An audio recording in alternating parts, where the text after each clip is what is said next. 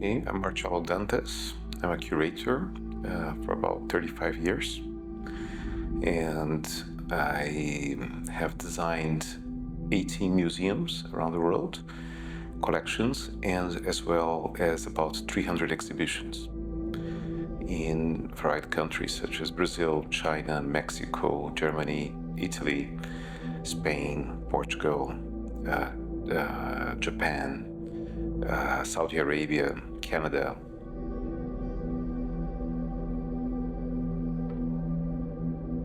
Here today to live an experience that I knew nothing about. I am surprised, and in many ways I think it's an experience. It is a love story between time and light. It is a relationship between an object of conversion, of the encounter of time and light. And time absorbs and eats light, and light burns and light up time. Each object is about a love relationship, but I understand the points of faith and the points of self and the fundament, but it's definitely a love story that is in the table. It is between these two elements that one needs the others, like oxygen and fire. And whenever the vacuum comes, the light disappears.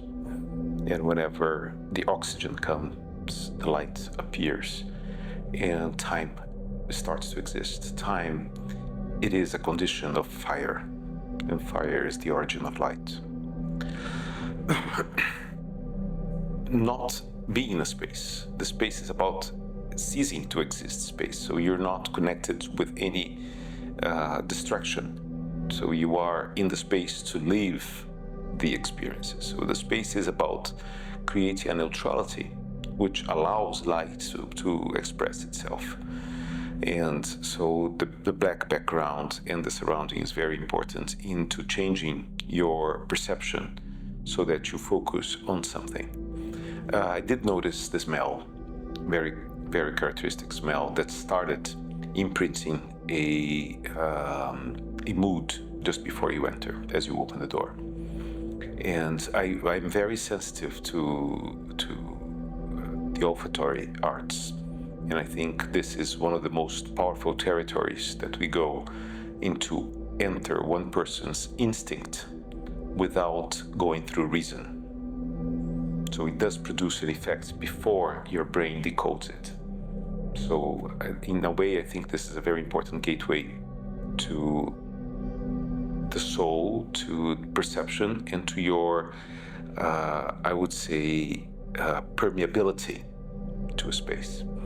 So going into a dark space is not an unusual thing, but going into a permeable situation in a space, it is a different thing. I like it. I really like it. I think this is a privilege for an artist to be able to have a space that can present art in the right way it needs to be presented, and the fact that people would have the time and the attention to live it as such. I don't think that, I think art has to change one head at a time. We can't do it by the thousands. And today's attention span is really destructive. So most people don't experience art. They simply either socialize around art, or they just capture it for never seeing it again. So there is, and they very seldomly reflect upon what they have seen, what we're doing now, at least in a logical way and right at the site. So the ability to give that opportunity to one head at a time and treat it as such and live with this memory is remarkable, I would say. Remarkable. And I think it is a very nice way of you setting up a situation. I also like the size of it, because then it is big enough for you to formulate a phrase or an equation, as I say, and it's at the same time it's not overwhelming to the fact that you have too many words to play and that you cannot make a song.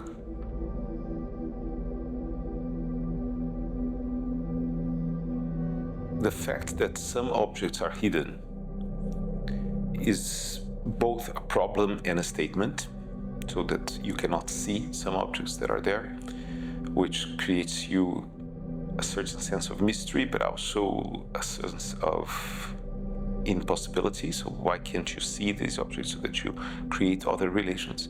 And obviously there is a concentration of energy into the lovers, which is definitely the masterpiece.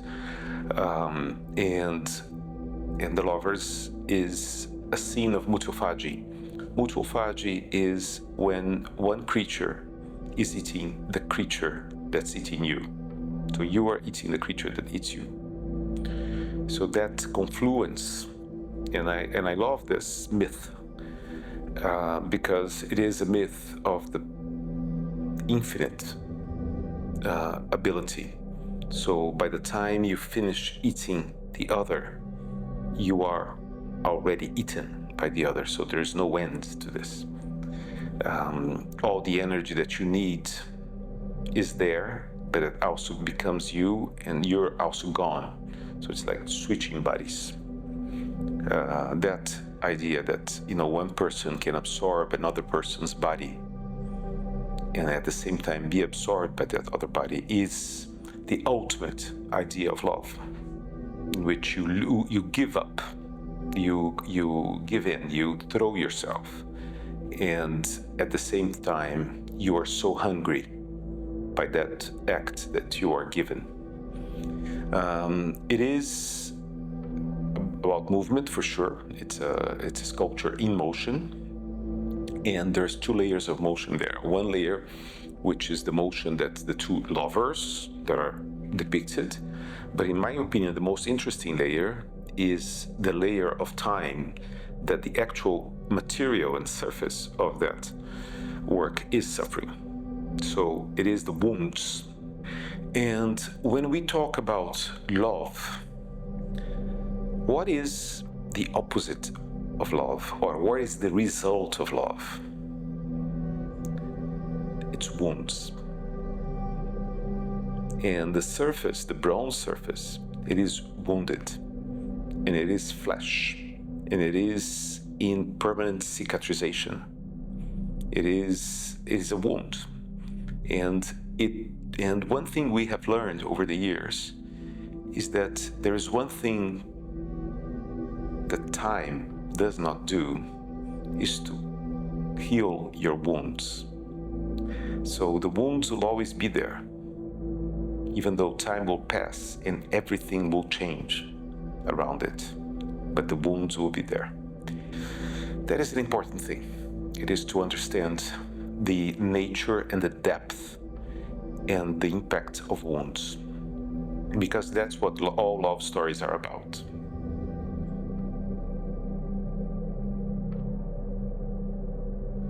There is a clear change in language. You go from a more, I would say, I shouldn't use the word classic, but you go from a more, from the origin of sculpture to a modernist representation of it. What struck me about that piece, it is the fact that from certain angles you see it like being one single object, and then in another angle you see it as 4 layers. That change of perception is a nice thing, that you, from a certain angle, it's very well lit, very well set up as a problem, because when you're blinded by it, you no longer see it as being multiple layers, you see it as being one thing, because the light will change your eye configuration so that your depth of field is affected, and then it becomes a solid object. which is like people. You know, people are one individual with multiple layers. So we are both good and bad. We're both interesting and boring. We're both ignited and frustrated. We are both. We're all these layers. You know, not one thing is defined by its surface.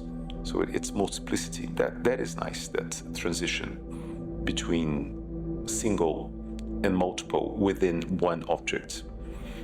And but it is a more modernist trace, a more modernist geometrical approach to sculpture, which is fine. But it has been here also for a long time. It is not. I wouldn't say it's so much about the object as it is about the situation that is created with the object. You know, that is where the problem is probably.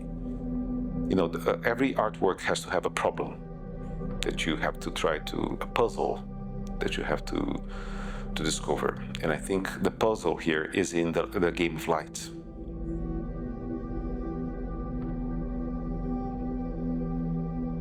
Curiosity, yeah, decay, time. I was a bit impressed with the color spectrum. It created a problem for me to understand the scale, the first thing. I mean, what am I looking at? Am I looking at geological time? You know, a time, deep time, which would be true, but it's not. Or am I looking at a microscopic level of something that could even be organic? Because of its intensity of color, sometimes it feels like you're looking at flesh, organic material. Then you realize it could not be. Then you start looking for formations and for signs that show a presence of trace, a presence of drawing. And then my mind took me, this is rock art. This is a cave. This is something that could have existed somewhere. But then I worked for over 20 years with rock art and prehistoric materials. I know that doesn't exist. You know, if it did, we would not all know. So then I said, okay, obviously this is not rock art, because if a piece of rock art this existed, would have reached me. So it cannot be. And then I had to give myself an open possibility of what it could be. Could it be a painting? It could, but it couldn't, because there's some problems of scale there that we know that a brush cannot do. A brush cannot do something this big and at the same time something this tiny. You know, there is a sense of scale of what a hand can do to a surface. And then, as we spoke, you know, it revealed that yes, there are many layers of information that are hidden there, but they occur by a process that is both artificial and natural. So it is an artificial creation. It is an object created by man, but at the same time, it is an object that is subject to the changes of the nature of materials, which is the design of nature. So some of those drawings were not made by people, but they do exist there because nature can draw. And so understanding that this was done in minuscule scale, that allows you to realize that is beyond your perception of the eye. That is something that exists, although you cannot directly see or assess it. And that I find to be nice, because then we are going into the other realm, to this other world, to this other dimension that exists in the work, even though you cannot experience it directly, unless you use a device to connect you to that dimension. So it is a gateway.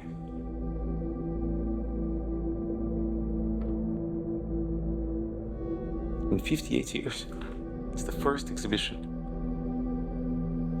This is interesting. It makes me think of dates. When you plant a date tree, you're very unlikely that you'll eat the dates from that tree. And So I think she had a privilege to be able to, in her lifetime, try the dates from the tree she planted and keeping the work for yourself so that you can present it in the right way. It is a unique privilege, because most artists lose control over their work and lose control of the situations in which their work are presented. And so I only have to congratulate her. And I can definitely understand that these works require a setting.